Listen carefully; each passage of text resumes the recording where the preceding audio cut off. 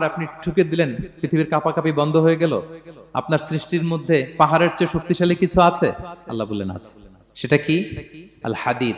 আল্লাহ বললেন সেটা লোহা। কারণ লোহা দিয়ে পাহাড় কাটা যায়, ঠিক কিনা?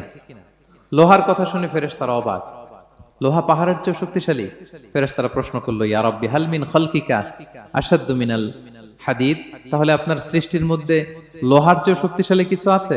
আল্লাহ বললেন আছে। কি সেটা? আন্নার, আগুন। কারণ আগুন লোহাকে কি করে? গলিয়ে ফেলে। ফেরেশতারা শুধু অবাকই হচ্ছে।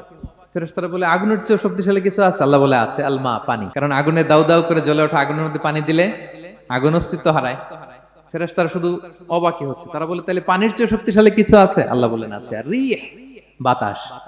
কারণ বাতাস পানিকে একদিক থেকে আরেক দিকে নিয়ে যায়। জলের মধ্যে বায়ুর উচ্ছ্বাস লাগলে জলোচ্ছ্বাস তৈরি হয়, ঠিক কি না? ফেরেশতারা আবার অবাক হয়ে বলে তাইলে বাতাসের চেয়ে শক্তিশালী কিছু আছে? আল্লাহ বললেন আছে। সেটা কি?